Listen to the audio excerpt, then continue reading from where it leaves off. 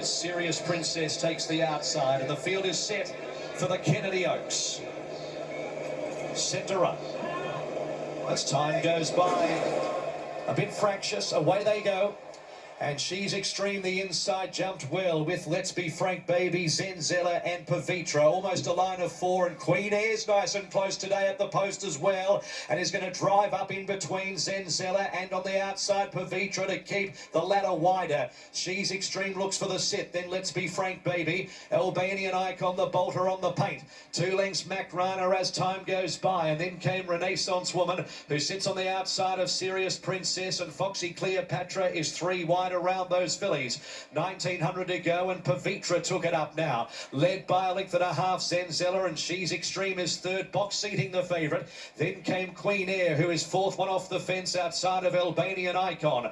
A length away, Let's Be Frank Baby, Mac Rana, Foxy Cleopatra 3 deep. Then as time goes by, Serious Princess is second last on the inner, and at the back is Renaissance Woman. So no speed. Pavitra's just getting a little bit fired up in the lead and extended that margin to 2.5 lengths, Zenzella, and She's Extreme. Then came Queen Air, a length and a half, Albanian Icon. Then came Let's Be Frank Baby. Next is Mac Rana, Foxy Cleopatra over 2 lengths as time goes by. Then Serious Princess, and last is Renaissance Woman.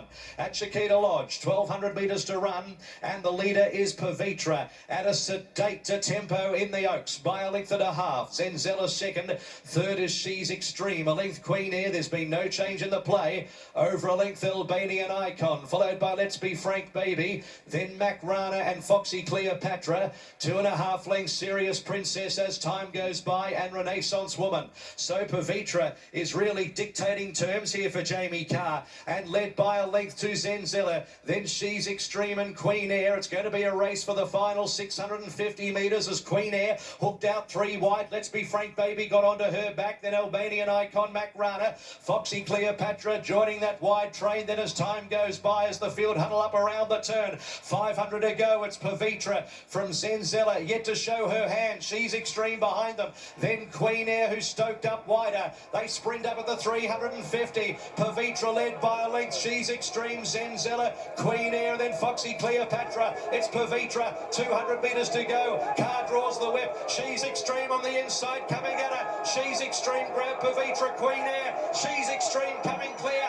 3/4 a length Pavitra, and She's Extreme for Anthony Cummings. The Cummings name lives on in the Oaks. She's Extreme by a length Pavitra, Queen Air, Zenzella. Then as time goes by, Let's Be Frank Baby, Serious Princess, Foxy Cleopatra, Albanian Icon, Renaissance Woman, and Mac Rana at the tail of the field.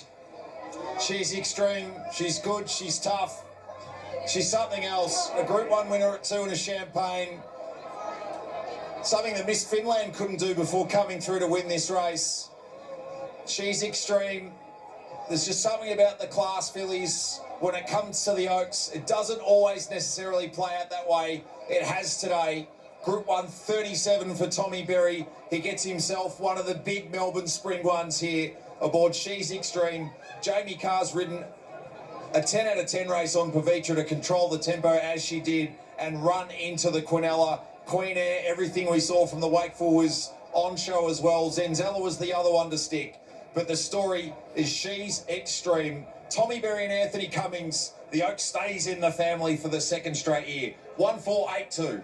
Yeah, deserved winner. Well done to Tommy Berry. And, well, there were a few tricky moments, I suppose, in watching it in replay. And we see that head on, Dwayne, when Jamie just came off the rail. The run presented. J-Mac wasn't letting, of course, the eventual winner out that way. So that door got closed. But fortunately, another one opened, and the favourite prevailed and prevailed quite handsomely in the end. It was easy enough in the end, but it needed that run in transit, yeah. Really. Like, there was 50 metres where you're going, oh no, what's going to happen here? Because you've got James McDonald, as you said, outside leader, Jamie Carr being the leader.